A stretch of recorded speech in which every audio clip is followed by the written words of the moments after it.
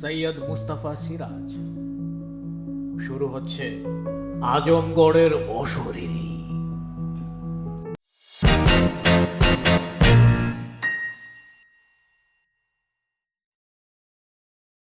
তখন আমি 1857 খ্রিস্টাব্দের সিপাহী বিদ্রোহ নিয়ে গবেষণা করছিল।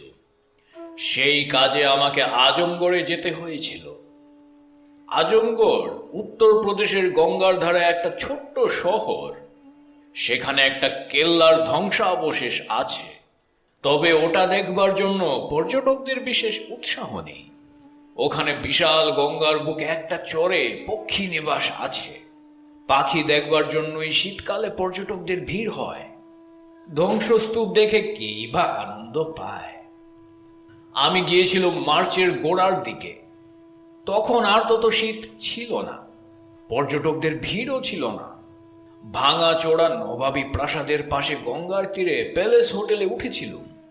পর্যটন মরশুমের শেষে এই দোতলা 3 স্টার মার্কা হোটেলে তখন ঘর ভাড়াও কমিয়ে দেওয়া হয়েছিল। হোটেলের ম্যানেজার শুক্লার ঠাকুর খুব অমায়িক মানুষ। আমি সিপাহী বিদ্রোহ সম্পর্কে গবেষণা করছি জেনে খুব খাতির করেছিলেন। সিপাহী বিদ্রোহের অনেক গল্প শুনিয়েছিলেন। এসব গল্প নিছক গল্পই, আমার গবেষণায় তা কাজে লাগবে না। তবে ওর এই কথাটি খুবই খাঁটি। এই আজমগড়ের সিপাহীদের সঙ্গে এক কাট্টা হয়ে অনেক হিন্দু মুসলিম সাধারণ মানুষও ইংরেজদের বিরুদ্ধে যুদ্ধ করেছিলেন। শুক্লার ঠাকুর শুধু একটা ব্যাপারে আমাকে সাবধান করে দিয়েছিলেন, সূর্যাস্তের পর আমি যেন কেল্লাবাড়ি এলাকায় না থাকি। তাকে প্রশ্ন করে কোনো যুক্তিসঙ্গত উত্তর পাইনি। তিনি মুখে আতঙ্কের ছাপ ফুটিয়ে শুধু বলেছিলেন, সূর্যাস্তের পর ওই এলাকায় থাকলে বিপদ হতে পারে স্যার। কি বিপদ? প্যালেস হোটেলের ম্যানেজার কিছু বলতে যাচ্ছেন, এমন সময় কয়েকজন সাহেব মেম দল বেঁধে হোটেলের লাউঞ্জে ঢুকলেন। তিনি তাদের নিয়ে ব্যস্ত হয়ে পড়লেন। সেদিন সকাল থেকে দুপুর পর্যন্ত আমি ক্যামেরায় কেল্লাবাড়ি আর গঙ্গার ছবি তুলে বেড়ালাম। গঙ্গার তীরে এক স্থানে খাড়া পাথরের পাঁচিল নেমে গেছে জলের তলায়। কোথাও ভাঙাচোরা পাথরের ঘাট শেওলায় সবুজ হয়ে আছে। আমি খুঁজে বেড়াচ্ছিলাম সেই ফাঁসির মঞ্চটিকে, যেখানে ইংরেজ সেনাধ্যক্ষ জন হকটন বিদ্রোহীদের ফাঁসিতে ঝুলিয়ে মেরেছিলেন।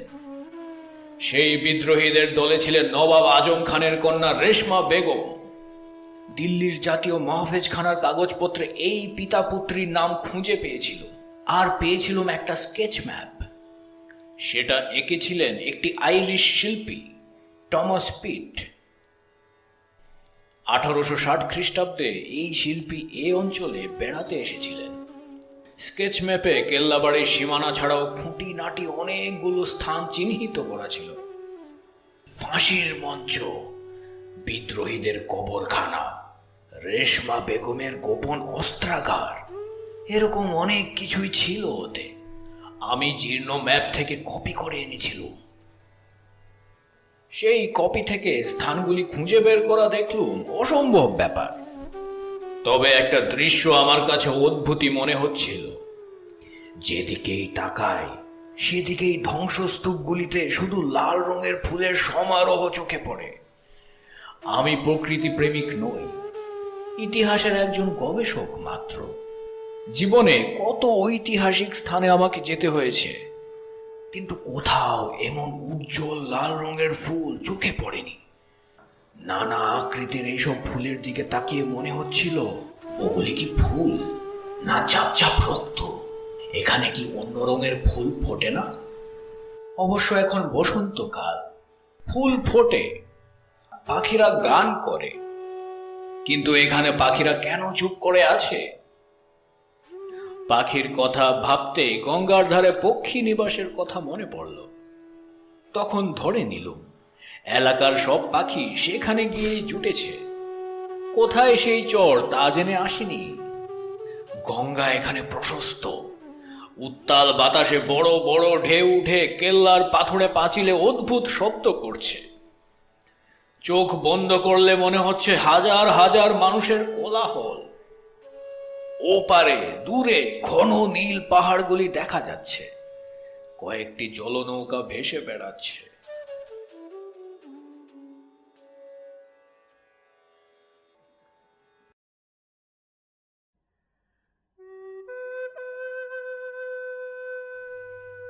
অন্যমনস্কভাবে গঙ্গার ধারে জীর্ণ শেওলা ধরা ঘাটের মাথায় একটা গাছের ছায়ায় দাঁড়িয়েছিল। এই সময় আমার ডান দিকে ধ্বংসস্তূপের ভেতর থেকে একজন ফকির বেরিয়ে এলেন। ফকিরের মাথায় চটা, মুখে লম্বা দাড়ি, পরনে পা পর্যন্ত লম্বা কালো আলখাল্লা, গলায় মোটা মোটা রং বেরঙের পাথরের মালা, তার হাতে একটা প্রকাণ্ড চিমটে। চিমটেটার গোড়া রূপো আর তামার তারে বাঁধানো। ফকির ঘাটের কাছে এসে আমার দিকে চোখ কটমট করে তাকিয়ে বললেন, কন হে তুম? আমি যথাসাধ্য হিন্দিতে নিজের পরিচয় দেওয়ার চেষ্টা করলুম। তারপর বলল, রেশমা বেগমের ফাঁসির জায়গা আর তার কবর কোথায় তা কি আপনি জানেন? দেখিয়ে দিলে আপনাকে কিছু বকশিশ দেব। ফকির কিন্তু চটে গেলেন। তিনি ক্রুদ্ধ স্বরে বললেন, কে চায় তোর বকশিস? শিগগিরই এখান থেকে চলে যা, না গেলে তোর বিপদ হবে। তাকে বোঝানোর চেষ্টা করলুম আমি সিপাহী বিদ্রোহের প্রকৃত ইতিহাস লিখতে চাই, কিন্তু ফকির আমাকে পাত্তা দিলেন না। মস্ত বড় চিমটেটা তুলে তেড়ে এলেন। চিমটের ডগা সূক্ষ্ম এবং ধারালো। বেগতিক দেখে আমি সরে এলো। একটু পরে দূর থেকে দেখলুম ফকির আলখাল্লা খুলে রেখে জলে ঝাঁপিয়ে পড়লেন। ফকির সেই জলে সাঁতার কাটছেন দেখে অবাক লাগলো। একটা ঝোপের আড়ালে দাঁড়িয়ে তাকে লক্ষ্য করছিল। কিছুক্ষণ পরে ফকির জল থেকে উঠে ভিজে গায়েই কালো আলখাল্লা পরে নিয়ে চিমটে সহ এগিয়ে গেলেন।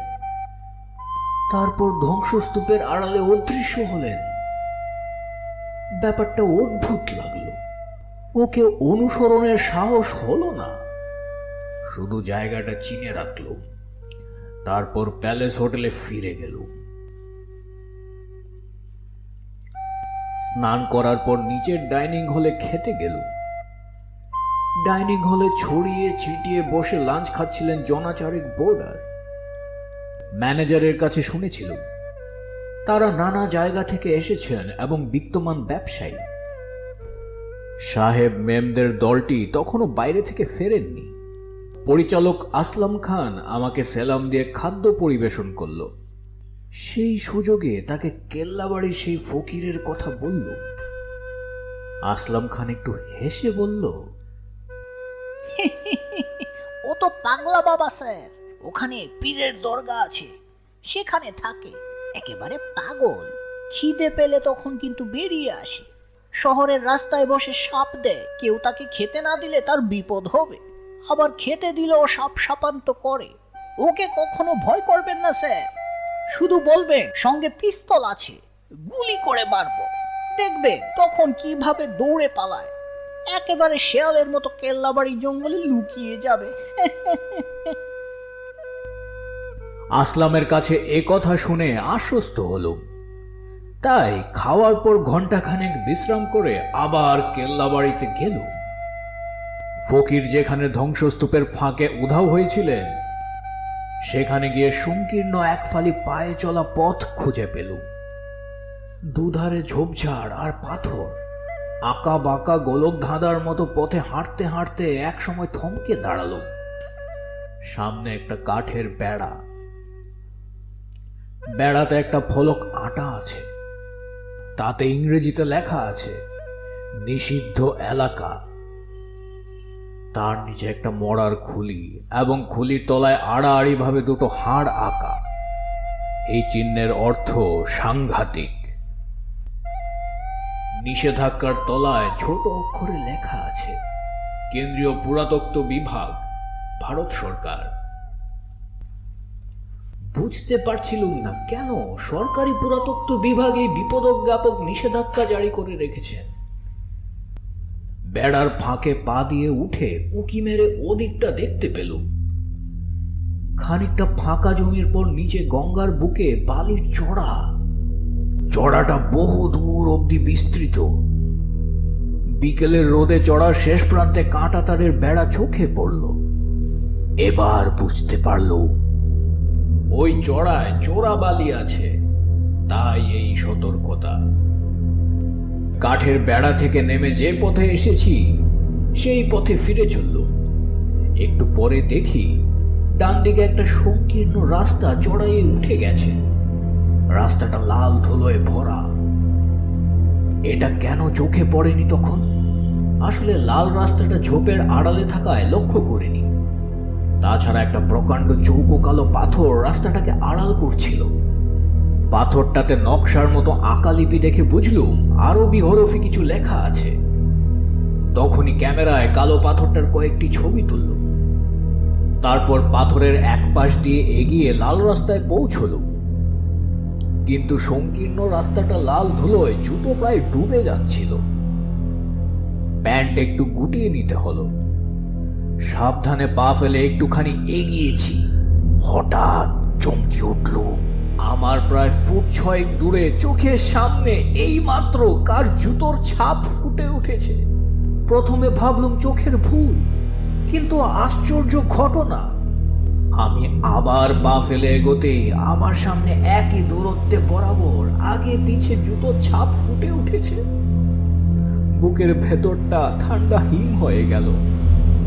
কোনো এক অশরীরী আমার সামনে হেঁটে চলেছে, এতে কোনো ভুল নেই। তার জুতোর ছাপগুলি আমার জুতোর ছাপের তুলনায় ছোট, কিন্তু কে সে?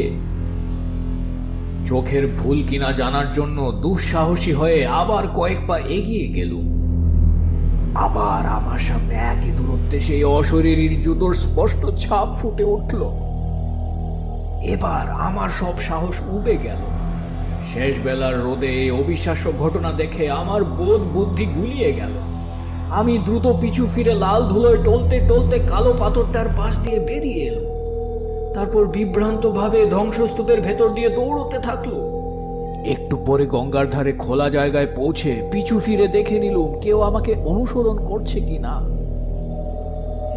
এরপর কি করে যে হোটেলে ফিরেছিল মনে পড়ে না।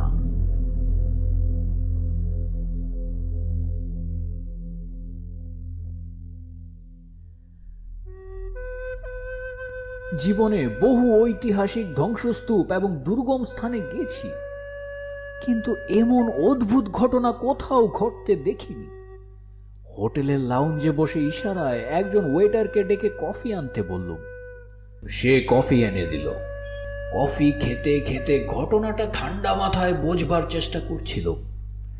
এমন সময় দেখি লাউঞ্জের অন্য প্রান্তে একজন ভদ্রলোক দাঁড়িয়ে আছেন।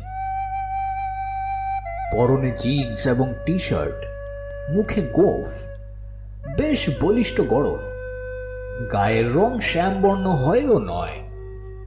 ভদ্রলোকের মুখে যেন একটা একটা বিরক্তির ছাপ এবং চোখ দুটো কুতকুতে। এরকম চেহারার মানুষ দেখলে অস্বস্তি জাগে। ভদ্রলোক সম্ভবত প্যালেস হোটেলের লাউঞ্জে এসে কারোর জন্য অপেক্ষা করছিলেন।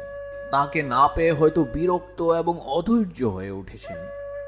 আমার চোখে চোখ পড়লে তিনি এগিয়ে এলেন। তারপর বাংলায় বলে উঠলেন, আপনি কি বাঙালি? হ্যাঁ, বাঙালি।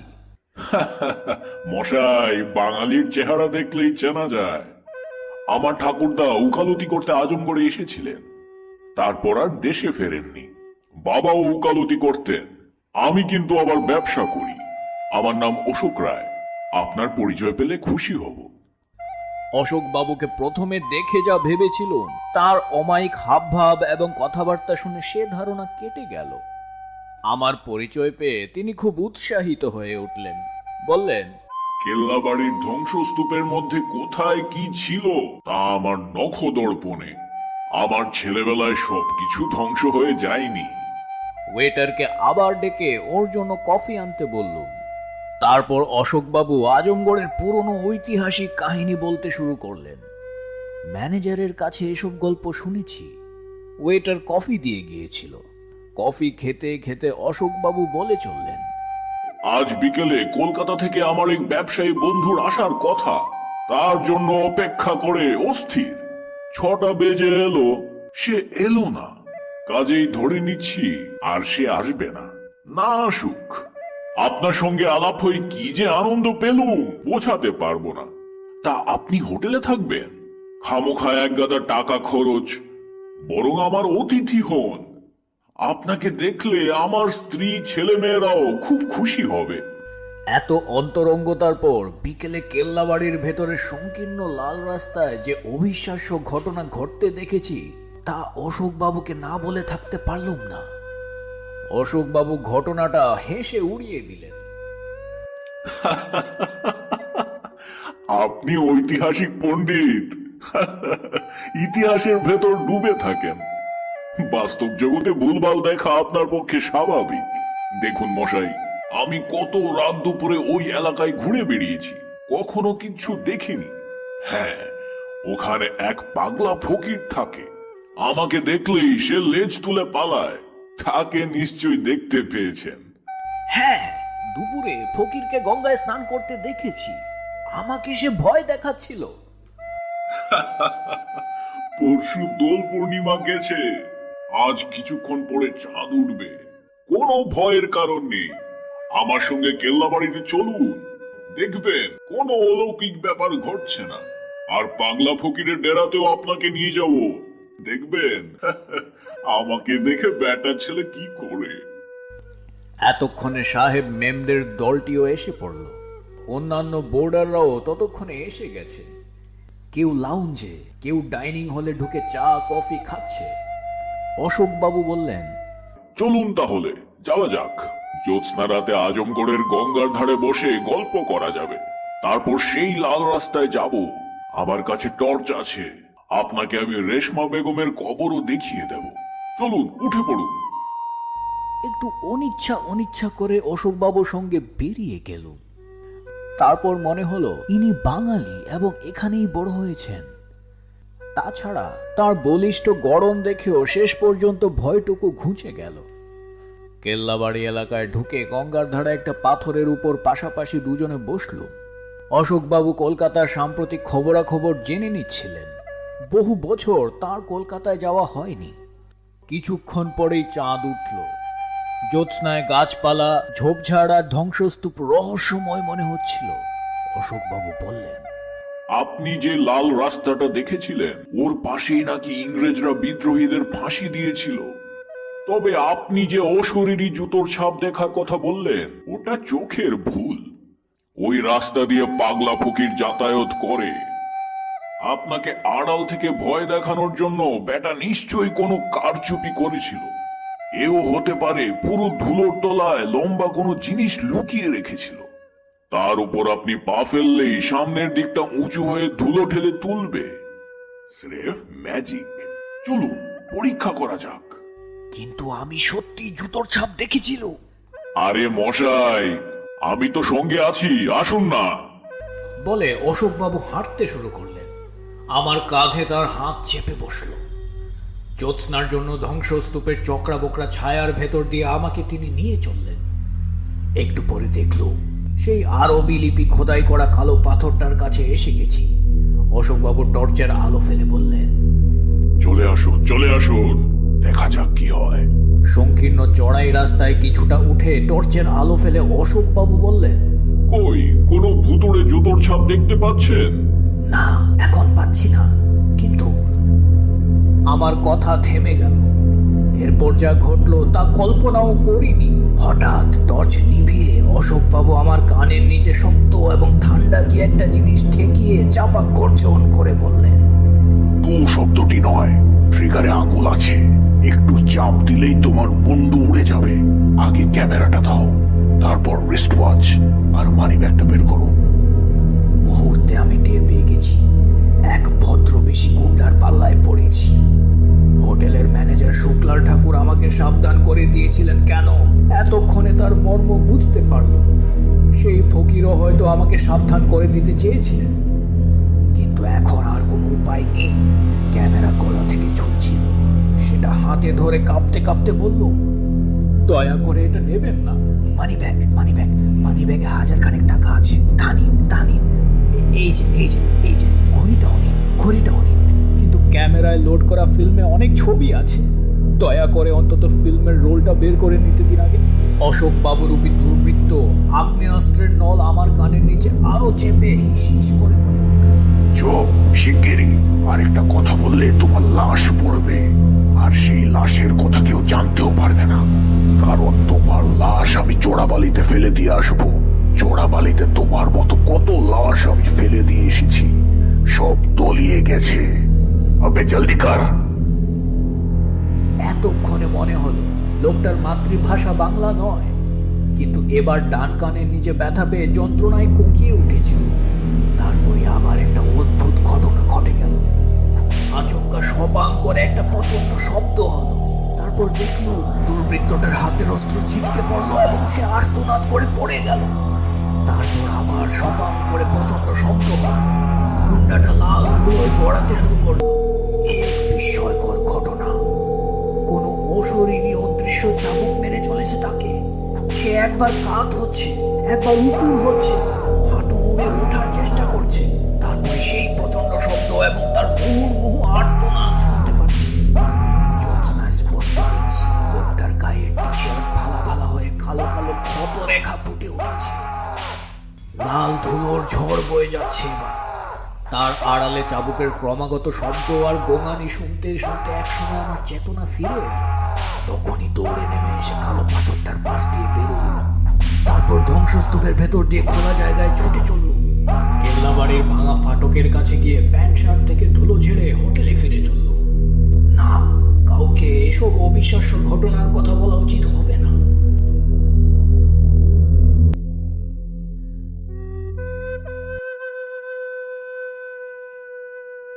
রাতে ডিনার খাইনি। ম্যানেজার খবর নিতে এসেছিলেন আমার রুমে। বলেছিল ঘুরে ঘুরে খুব ক্লান্ত, খিদে নেই। সারা রাত যতবার ঘুম এসেছে চমকে উঠেছি। আবার বুঝি কোনো অদ্ভুত ঘটনা ঘটবে। ভোর 6টায় আসলাম খান বেডটি আনলো। তারপর গম্ভীর মুখে বলল, খবর আছে স্যার, সুখবর। তাই বলা উচিত মনে হলো। কি সুখবর আসলাম? আজমগড়ে একজন সাংঘাতিক গুন্ডা ছিল স্যার, তার নাম কাল্লু। সে আমাদের হোটেলে এসেও ম্যানেজার সাহেবের কাছে টাকা দাবি করত। কাল সন্ধ্যার আগে সে নাকি আপনার সঙ্গে কথা বলছিল। ওয়েটার রমেশ দেখেছে, কিন্তু আপনাকে সাবধান করার সুযোগ পায়নি। কিন্তু সুখবরটা কি? ওই কাল্লু গুন্ডাকে কে বা কারা রাত্রে মেরে কেল্লাবাড়ির ভেতর লাশ ফেলে এসেছে। পাগলা ফকির খুব ভোরে সেই লাশ দেখে থানায় খবর দেয়। আশ্চর্য ঘটনা স্যার, তার পিস্তল আর টর্চটাও সেইখানে পড়েছিল। আচ্ছা আসলাম, কাল্লু কি বাঙালি ছিল? না স্যার, তবে সে উর্দু, হিন্দি, ইংরেজি, বাংলা সব ভাষাতেই কথা বলতে পারত। কলকাতাতে নাকি তার ছোটবেলা কেটেছিল, স্কুলেও পড়েছিল, তাই বাংলাও বলতে পারত। আজমগড়ে বাঙালি আছে, তারা তো কাল্লুকে বাঙালি বলেই মনে করত। কাল্লু কখন কোন রূপ ধরতো চেনা কঠিন হতো। কাল্লুর লাশ কি পুলিশ নিয়ে গেছে? শুনলুম একটু আগে মর্গে নিয়ে গেছে। কাল্লুর সারা শরীর নাকি রক্তে লাল। ব্রেকফাস্টের পর 9:30টায় আমি এবার সাহস করে কেল্লাবাড়িতে গেলুম। আমার মনে হচ্ছিল কাল বিকেলে যে অশরীরীর জুতোর ছাপ আমার সামনে রাঙা ধুলোয় ফুটতে উঠতে দেখেছি, সেই ছদ্মবেশী অশোক রায় নামধারী দুর্বৃত্ত কাল্লুর হাত থেকে আমাকে বাঁচিয়েছে। মনে মনে তার উদ্দেশ্যে কৃতজ্ঞতা জানালুম। এবার নির্ভয়ে সেই কালো পাথরের পাশ দিয়ে সংকীর্ণ লাল ধুলো ভরা রাস্তায় পৌঁছলুম। চড়াই রাস্তা দিয়ে হেঁটে যাওয়ার সময় আর সেই জুতোর ছাপ সামনে ফুটে উঠল না। কিছুটা যাওয়ার পর রাস্তাটা ঢালু হয়ে নেমে গেছে। নিচে নেমে ঘন গাছপালার ভেতর সার সার কয়েকটা কবর দেখল। তারপর লাল পাথরের একটা কবর দেখে এগিয়ে গেল। সেই কবরের শিয়রে একটা রক্ত করবীর গাছ। কবরে লাল ফুল ঝরে পড়েছে। আমি বহুকাল আরবি লিপির ফলক দেখে দেখে লিপি বিষয়ে সামান্য জ্ঞান অর্জন করেছিল। আরবিতে 3টি হরফ চেনা মাত্র বুঝতে পারলুম এটাই সেই সিপাহী বিদ্রোহীদের নেত্রী শাহজাদি রেশমা বেগমের কবর, যার ডাকে হাজার হাজার হিন্দু, মুসলিম, ইংরেজদের বিরুদ্ধে লড়াই করেছিল। হঠাৎ আমার মাথায় কথাটা এসে গেল, তাহলে কি রেশমা বেগমের অতৃপ্ত আত্মাই আমাকে কাল বিকেলে পথ দেখিয়ে তার কবরের কাছে আনতে চেষ্টা করেছিল? সেই রেশমা বেগমের আত্মাই কি দুর্বৃত্ত কাল লোকে চাবুক মেরে রক্তাক্ত করেছিল? শ্রদ্ধায় আমার মাথা নুয়ে পড়ল। পাশের একটা লাল ফুলের গুচ্ছ ডাল থেকে ভেঙে বিদ্রোহীদের কবরে রেখে মাথা ঠেকালো। সেই মুহূর্তে স্নিগ্ধ একটা হাওয়া ভেসে এলো। সেই হাওয়ায় যেন পুরনো ইতিহাসের সুঘ্রাণ টের পেল। মনে মনে বলল, প্রথম স্বাধীনতা যুদ্ধের নায়িকা বীরাঙ্গনা তুমি, তোমার জীবন কাহিনী আমাকে লিখতেই হবে। এই সময় পাগলা ফকির এসে গেল। অট্ট হাসি এসে বলল, बाबूजी, आपका ऊपर रेशमा बिटिया बहुत खुश है, तो अब आप तुरंत यहाँ से चला जाइए। रेशमा बिटिया को अकेला रहने दीजिए। बेटी जिंदगी में बहुत दुख पाई, बहुत दुख से मर गई बिटिया। তখনই নিঝুম কবরখানা থেকে চলে এলো। ইতিহাসে এইসব আশ্চর্য ঘটনা লেখা যাবে না, সেগুলো আমার ব্যক্তিগত জীবনেই থেকে যাক। হ্যাঁ, সেই অদ্ভুত ঘটনা এতদিন কাকেও বলিনি। এখন আমি বৃদ্ধ, মৃত্যুর আগে ঘটনাগুলি লিখে যাওয়া উচিত মনে করেই লিখে ফেলল। এর সত্যি মিথ্যা নিয়ে প্রশ্ন তুললে আমি নিরুত্তর থাকব।